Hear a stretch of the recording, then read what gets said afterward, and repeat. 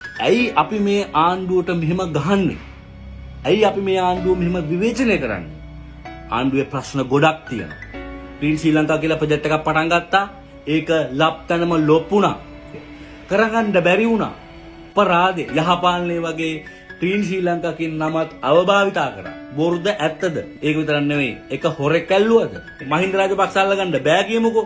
රනිල් වික්‍රමසිංහ අල්ලගන්න බෑ කියමුකෝ. හැබැයි අඩුම් කුඩු ගහපු පාහරයවත් අල්ලගන්න තිබ්බා. ඌහත් අල්ලගන්න බැරි වුණා මේ ආණ්ඩුවට. ඒක අපි ජනතාව විසින් දැවැන්ත බලයක් දීලා තියෙනවා ඕගොල්ලන්ට මේක හදන්න. අපි සෑහෙන උදව් කරනවා. අපි තාමත් ඕගොල්ලොන් අතල්ලා නැහැ. අපි මේ ආණ්ඩුවත් එක්ක ඉන්නේ. මේ ආණ්ඩුව වැටෙන්න අපි දෙන්නේ නැහැ. කාදේවල් මේ ඊයේ ප්‍රකාශයක් කරා. හරිද? ලැජ්ජ වෙන්න ඕනි. එච්චර කාලේ එයාගේ ප්‍රකාශ ගන්නකම් ඉන්න ඕනේ නැහැ. පාස්කු ප්‍රහාරය අවුරුදු ගානක් තිස්සේ මේ ඔක්කොම ගොනු වෙලා තියෙන්නේ. දැන් දාලා ඕක අපි මිනිසුන්ට කියන්න ඕනේ කවුද මේවා කරේ කියලා. ඒවා කරවාගෙන ඉන්න මේ ආණ්ඩුවට බෑ. අපි මේ ආණ්ඩුව විවේචනය කරනවා ඒකින්ද. ඔයගොල්ලන්ට ඉන්නේ මහින්ද රාජපක්ෂට හිටපු පෑන් බේස් එක නෙවෙයි. දැන් ඊට වඩා වෙනස් පෑන් බේස් එකක් ඕගොල්ලන්ට ඉන්න. ඕගොල්ලෝ ඒක තේරුම් ගන්න. ඕගොල්ලන්ට මහින්දලට රනිල්ට වගේ නටන්න දෙන්නේ නැහැ අපි. අපිට සමාජය ගැන වගකීමක් තියෙනවා. අපි ඕගොල්ලොන්ව රෙකමන්ඩ් කරා. හරිද? එතකොට ඕගොල්ලෝ මේ කෙලව ගද්දී අපිට ඕගොල්ලෝ තවදුරටත් රෙකමන්ඩ් කරන්න බෑ මිනිස්සුන්ට.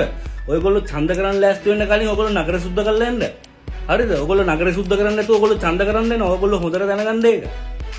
අපි තාමත් ආණ්ඩුව අල්ලන් ඉන්නවා. අපි මේ ආණ්ඩුවට වැටෙන්න දෙන්නේ නැහැ. හැබැයි මේ ආණ්ඩුව හරි ගස්සන්න ඕනේ. පෞද්ගලික කිසි දෙයක් එපා. අපිට පෞද්ගලිකව ඕනි නම් මම එනම් කෑගල් දිස්ත්‍රික්ක පාර්ලිමේන්තු මන්ත්‍රී මේ වෙනකොට මට දෙයක් ඕනි නම් හරිද? අපි ඔක්කොම අතහැරලා දාලා අපිට ඒව වැඩක් නැහැ. අපේ කැම්පේන් අපි එළියේ ඉඳන් අපි කරේ අපේ කැම්පේන්. අපි මිනිස්සුන්ට කතා කරේ පක්ෂෙන් එළියේ ඉඳන්. අපි දන්නවා මේ පක්ෂේ තියෙන ආකෘතිය අපිට දරා ගන්න බෑ කියලා. අපේ විනය එච්චර හොඳ තැනක නැති හින්දා තමයි මම පක්ෂේ මුලින්ම අයින් වෙන්නේ.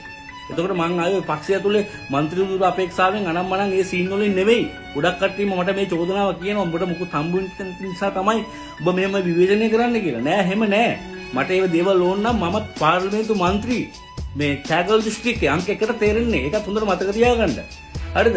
එහෙම ඒවා ඕන් නැති උනේ මට මගේ පෞද්ගලික ජීවිතේ රස විඳින වෙනුවෙන් මට ඒවා කැප කරන්න මට ඒවා වැඩක් නැහැ. මට ඒවා බලාපොරොත්තු වෙන්නේ මට ඕනේ මානසික නිදහස. හරිද?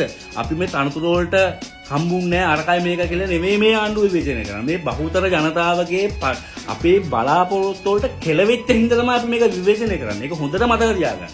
ඉස්සරහටත් එමයයි මේ ආණ්ඩුව හැදෙන්න ඕනේ. මේ ආණ්ඩුව ගෙදර යවන්නෙත් අපි ඒකත් හොඳට මතක තියාගෙන ওই මහතුරු වැඩ කරන්න මේක පළවෙනි බෝනින් එක. චාය වේවා.